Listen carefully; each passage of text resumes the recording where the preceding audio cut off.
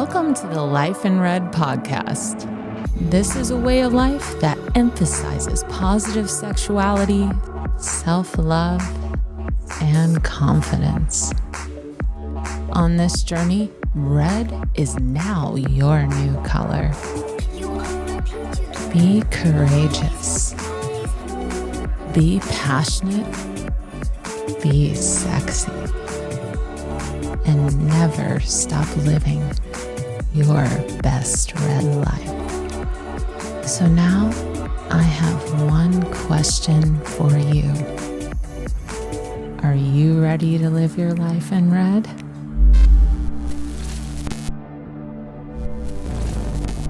To join us on this journey, like and subscribe below. Something that a lot of people don't realize, that Margaret Sanger's partner in founding Planned Parenthood was a woman named Katharine Hepburn Hout, the mother of the great American actress Katharine Hepburn. What? And while Margaret was in jail for providing, because remember, you couldn't even give information on how to prevent pregnancy. Yeah. Just saying something about it. And so while she was in jail, Katharine Hepburn Hout was continuing the work. And they just kept at it and finally managed to help change some of the laws. But now you're talking about the 1960s when we finally got laws where, okay, a married couple could get information about preventing pregnancy. Wow. And let me ask you this. You're talking about ownership rights with the woman and her husband. At what period of time with Planned Parenthood, or was it always this way that the woman could go anonymously to get something like this done without her husband's permission? Pretty much as part of the founding. And that's why there was... And I mean, this may also contribute, and I have nothing to base this on, but this may also contribute to that perception that some people have of Planned Parenthood as kind of a subversive organization.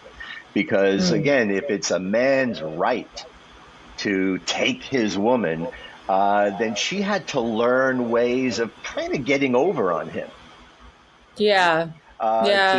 Without being able to necessarily just say no. So this is something that strictly was for women. And unfortunately, some women were seeking help kind of on the sly, not able to tell their husbands, because even today, a lot of husbands are just not supportive of women's, agency over their own bodies and fertility.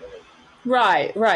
And, hearing the other perspective, I'm all for women's rights, women making the choice, but the other perspective, hearing some of the males that have pushed back, and I am going to hit all perspectives just because that's what we do here, playing a little devil's advocate, but I just want to get your opinion. You do have a father, and no, it's not his body, and it's not a high-risk pregnancy, blah, blah, blah, blah, blah. He wants the child. It's those, I've heard of these stories, and I know it's the woman's body.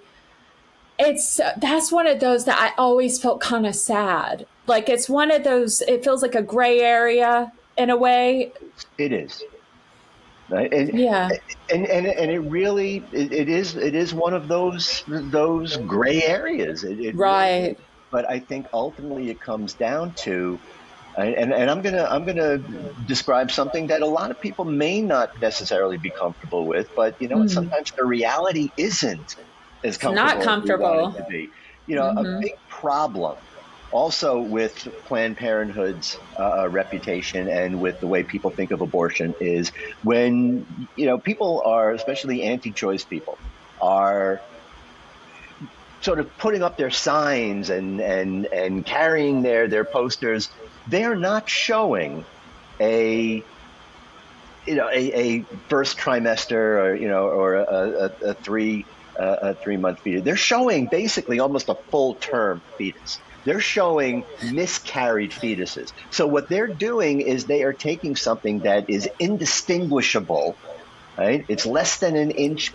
It's indistinguishable from virtually any other mammal that you can think of. And what they're doing is they're kind of presenting it as a baby. Yes, they did that when I was young. They did those posters. Yeah.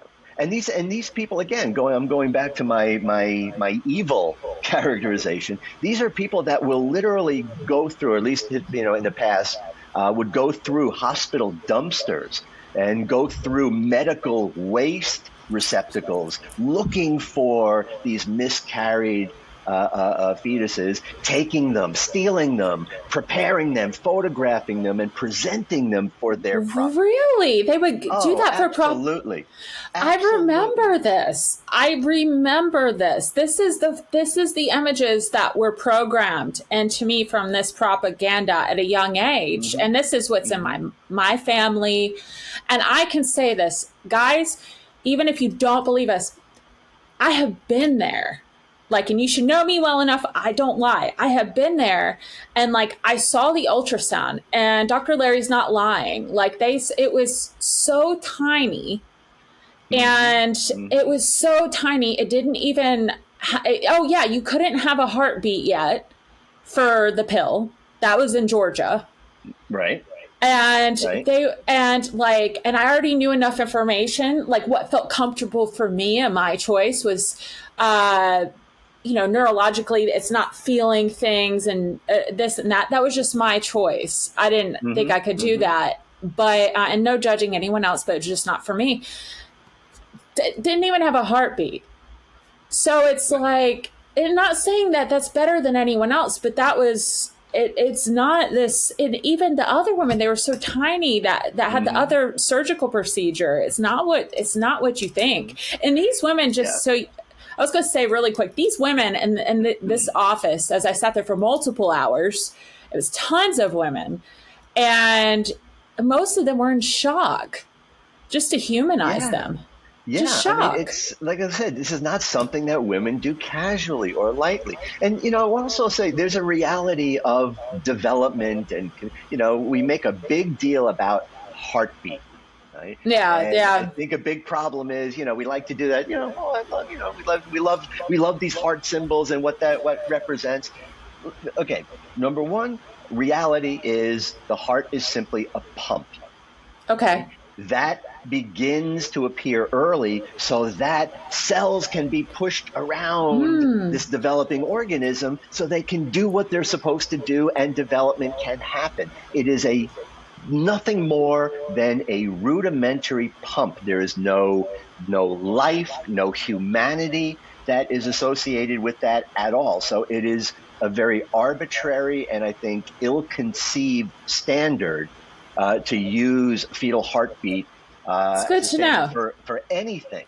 And the other thing that's also very important for people to know is, yes, we can say when a child is born, we can look back and say the beginning of that process happened at conception. However, most conceptions don't ever make it to term naturally, right? In fact, I would say at least half. Right? I want to kind of creep more toward even 60%, but we don't have any real way of knowing.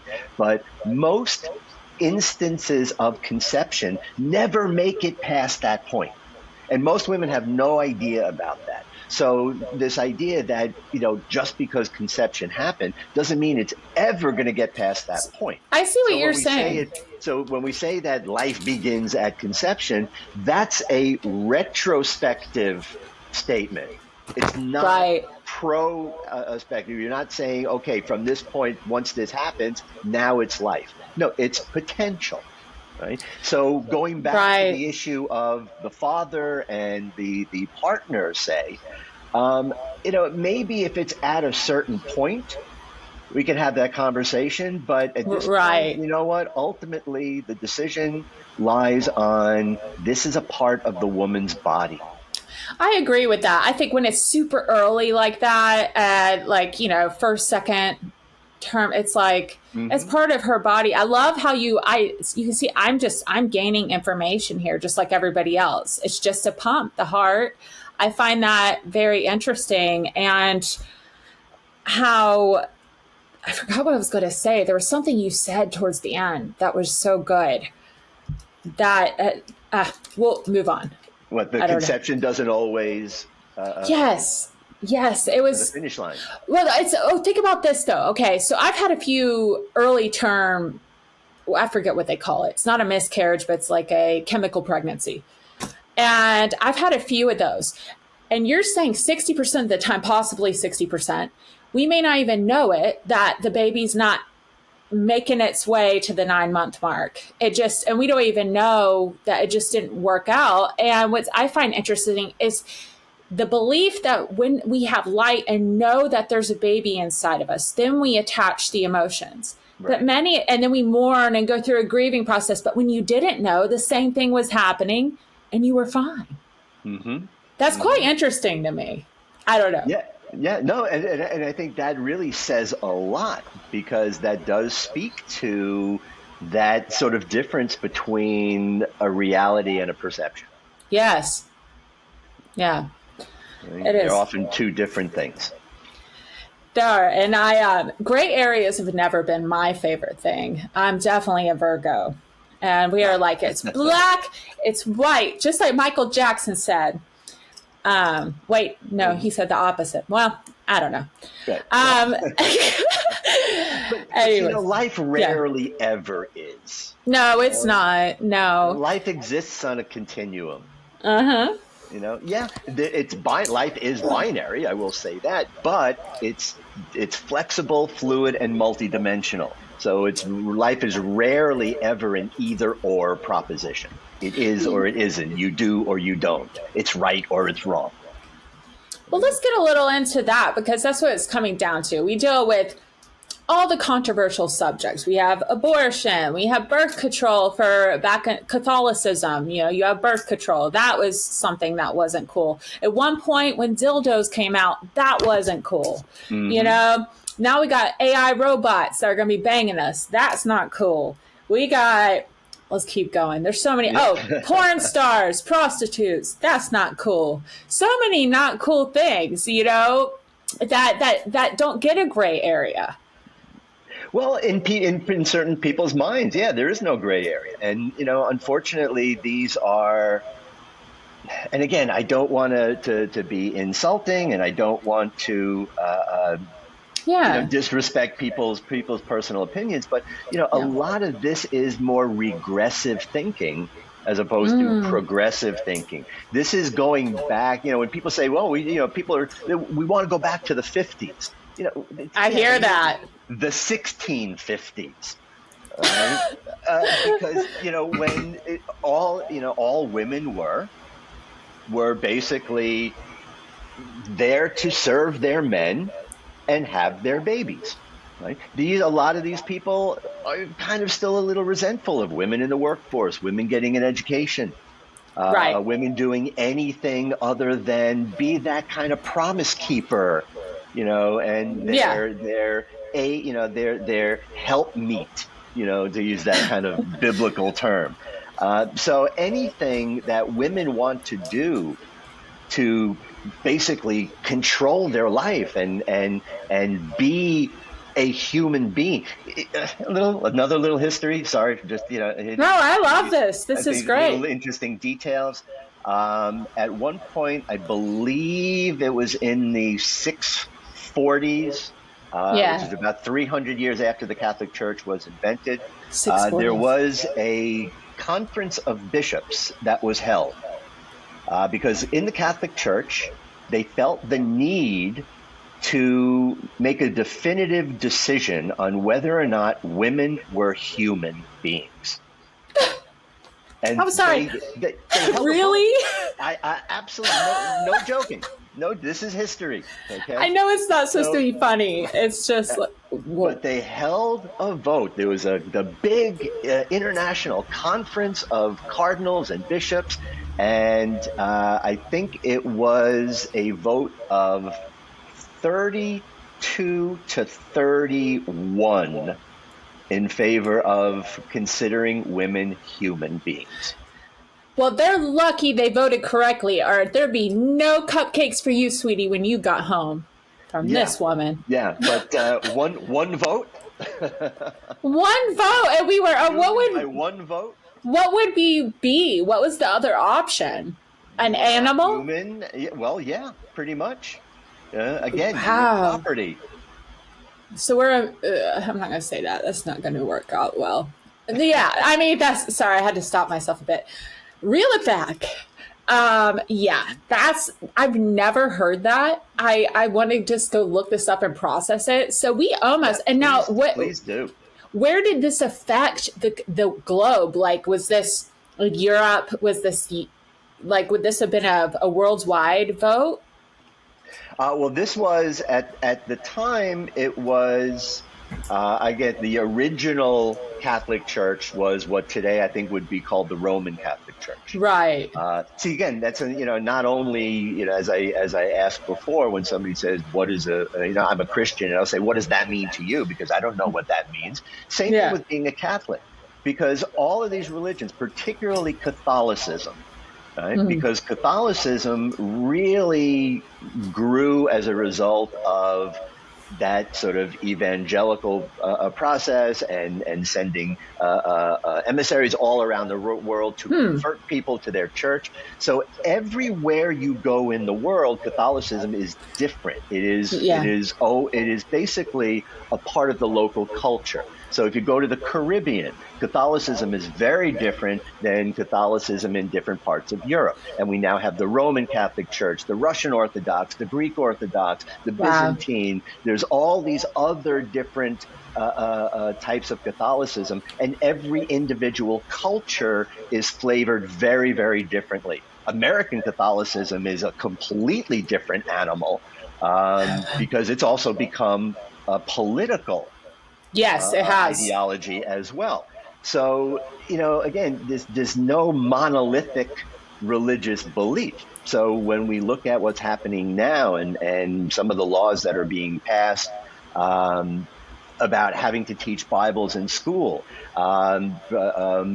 certainly the push not only to eliminate abortion, but IVF, and it is on the way. Contraception is on the hit list. It is in the cross. Contraception and IVF. Yes. What? Because, again, there's that really most fundamental belief that it's all about God's will. Yeah, they still call it murder. They're still going back to the M word. Right. Even though, ironically, the Catholic Church did promote and, yes, mandate abortion if the woman's life was in danger. Interesting. The Catholic Church today, in general, is now the only religious denomination that does not allow any exception for the life of the mother. The life of the mother is not important. Right?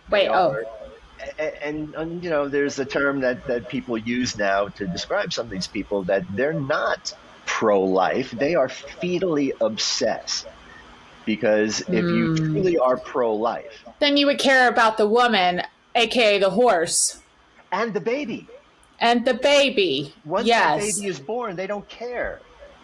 Yeah. These are the same people that are so anti-abortion, but they're also anti-child care. They're anti-child health. They're anti-child services. So once that baby is born, you're not going to see these people around. No. So it's not even about the life or the child. It's about just that fetus, that pregnancy, and forcing women to give birth.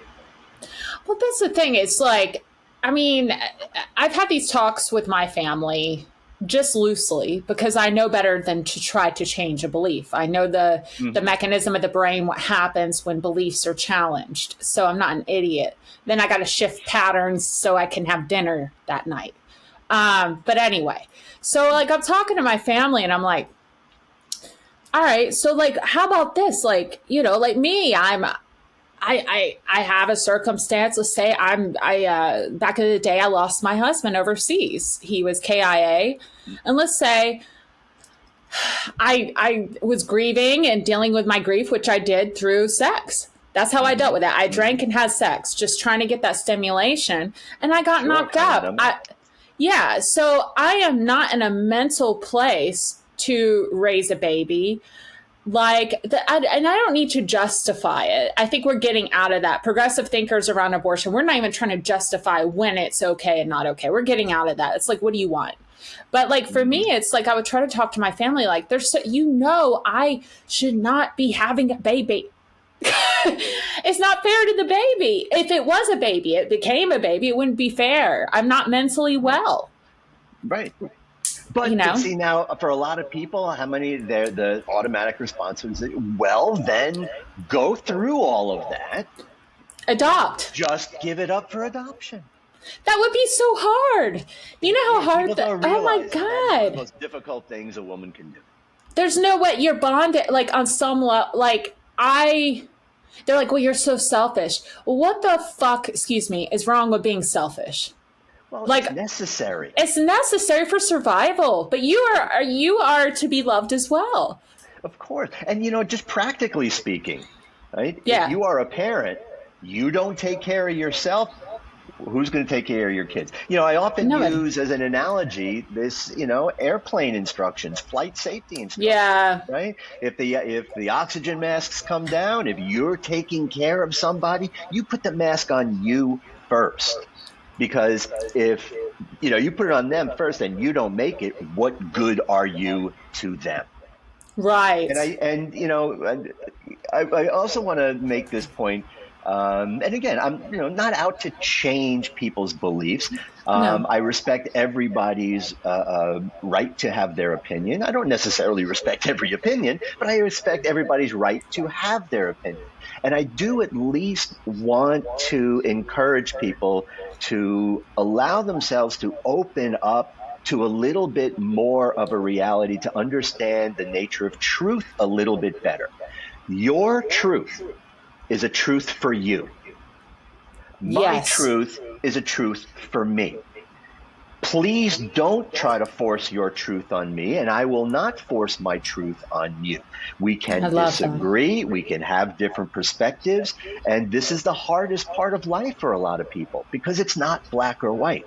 That you have what you believe, and for you, you are right. I have what I believe, and for me, I am right. And we need to learn how to accept that we can both be right, even with very different and opposing views.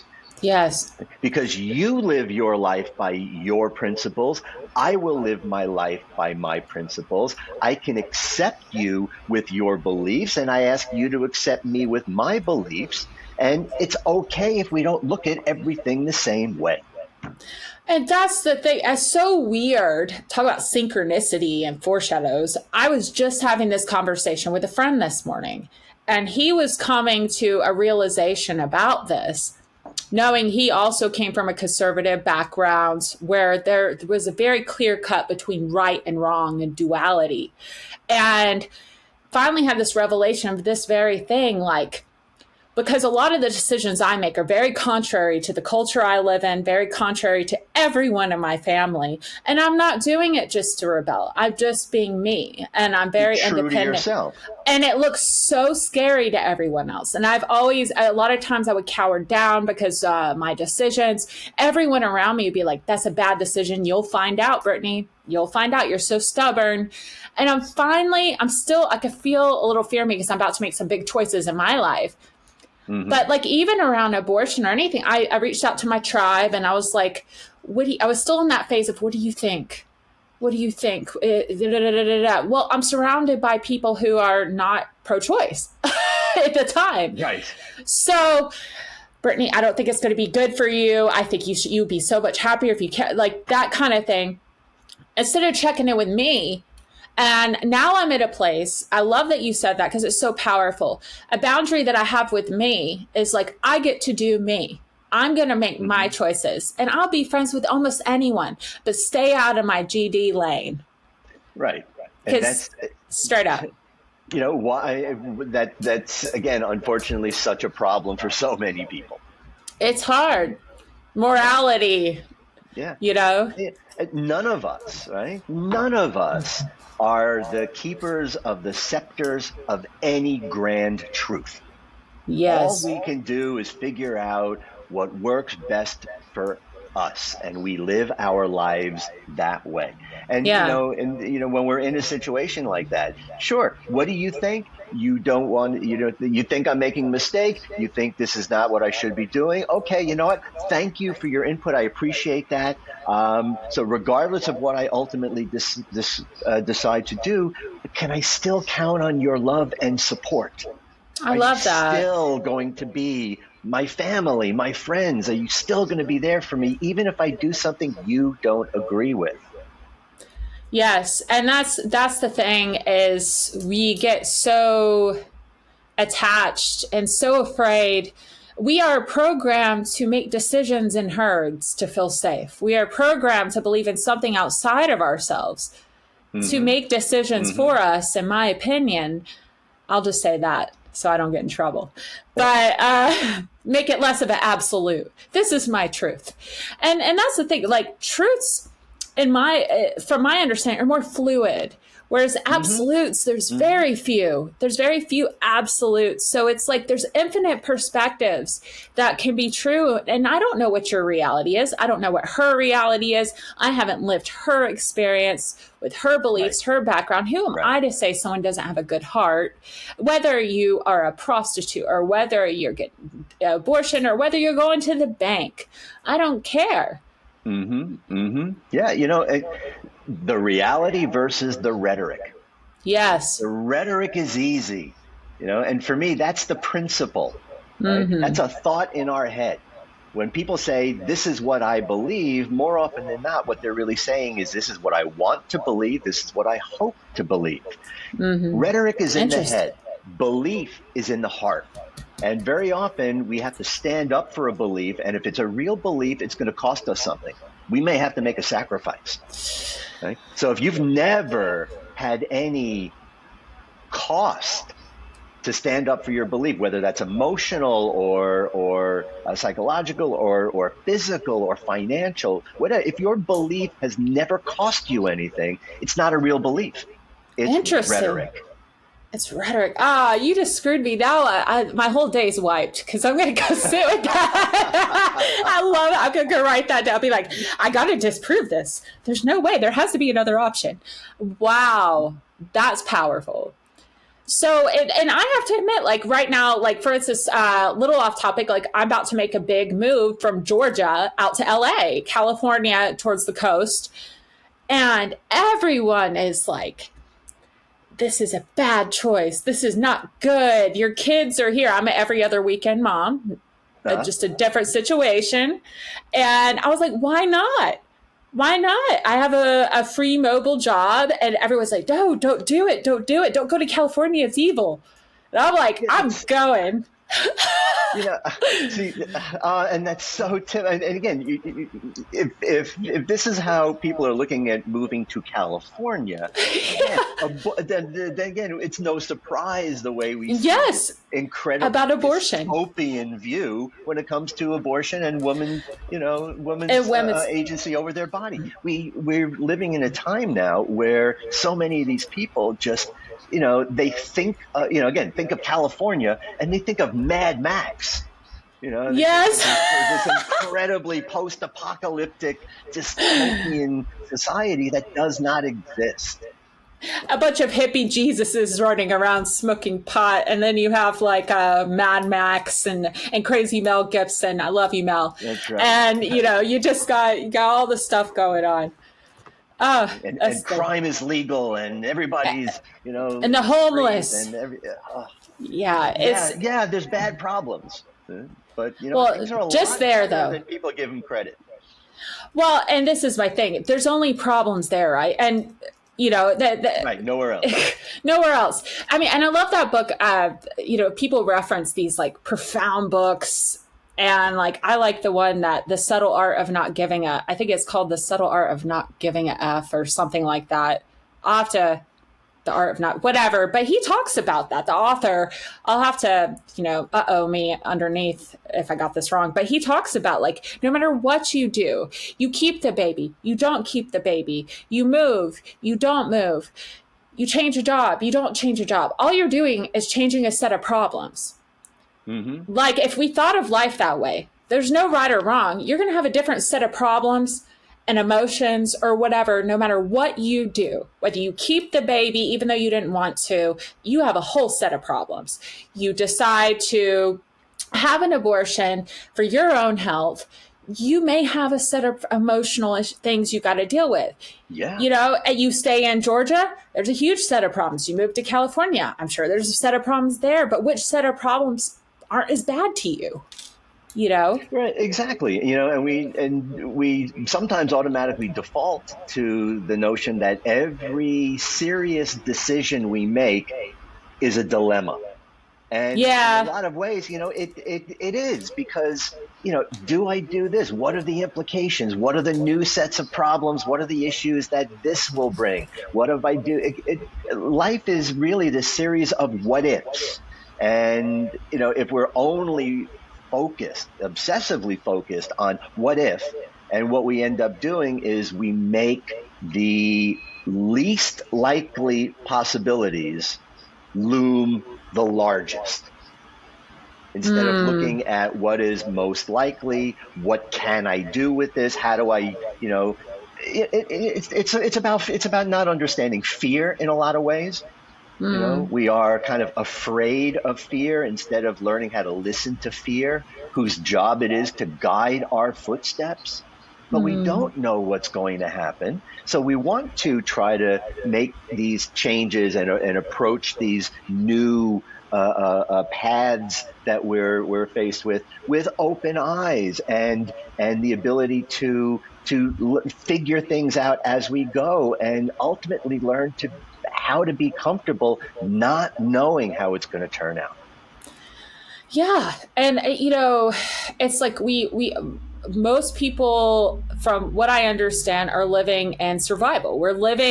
Our mind is in control. Our mind is, our instincts are in control. How to survive, computing all the information we've known. Is this a risk? Is this a risk? Is this a risk? But like thinking about, you don't have a choice anymore, Brittany, but you get all the certainty in the world. Like, wait, no, there's no mystery, no surprises. You have all the certainty in the world. You know exactly, you have a magic wand. You can manifest whatever life you want. You'll know exactly beginning to end what it is forever. Here it is. Boom. This is your story. And I look down and I'd be like, oh man, that sucks. Yeah. I don't want to know. Yeah. This is fun. Where's the fun in no surprises? I mean, that's really the fact that life is, again, this ongoing process of discovery and rediscovery, right? And again, as an old guy, I will say that part of this process we go through is, I know for myself, every new decade I look back and my realization is ultimately the same. Right? When I hit 30, I look back at my 20s. In my 20s, I thought I got it. Now I get it. I know it. I figured it out. Then I hit 30 and I look back and I said, I don't have a clue. But now in my 30s, okay, now I get it. Now I understand. And then I get to my 40s and I look back and I said, you know what? In my 30s, I still didn't have a clue. I thought I knew it, but I didn't. And each success. And now in my 60s, I'm looking back and I'm saying, you know what? I'm still learning how this stuff works. I'm still trying to figure all this stuff out. And the one thing, particularly in this wide, wonderful world of sex and sexuality, the day you think you know it all, the day you think you've got it all figured out, is the day you're going to be surprised again, because you don't.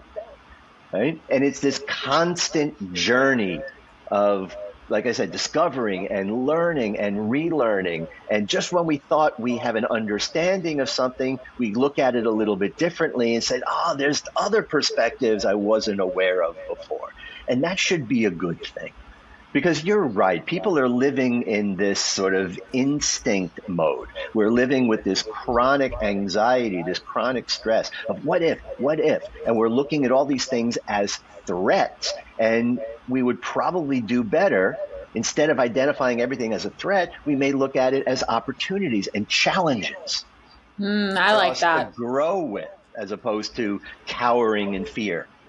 Right. If we had like these 10 commandments, that's what I call it, with ourselves, of like, okay, I like the thing about not judging. That works for me.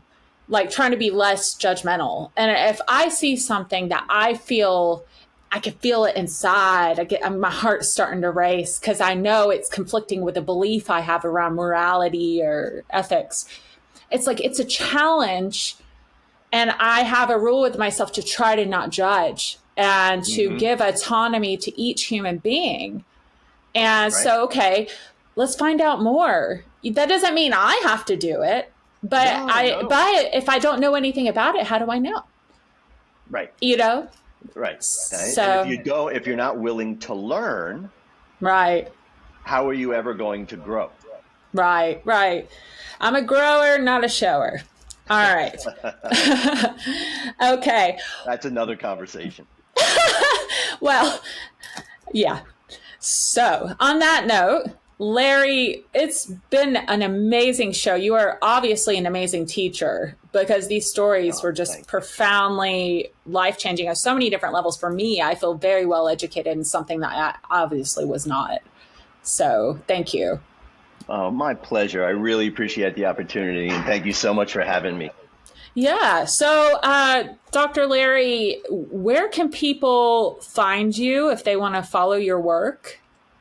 Probably the best, and I'm almost embarrassed that I can't tell people what stations we're on, but we're Brushwood Media Group is who we do our radio show and podcast on. So there's about 30-something radio markets. I think people can hear us on Friday nights at 9:30 p.m., but also look us up on Spotify or iTunes or, again, any streaming platform, Sex Talk with the Siegel brothers, and can always get a hold of us through there. Perfect. So I'm sure they are going to hear some interesting stuff from you. So I'm sure that's going to be good. So you guys go check that out. I know I will be. So thank you again. And guys, keep it red. And we will see you next time on The Life in Red. Bye. Thanks for joining The Life in Red today, where we embrace passion, confidence, and positive sexuality. Keep painting your journey in bold red strokes. Don't forget to like, subscribe, and follow us so that you never miss out on living your best red life.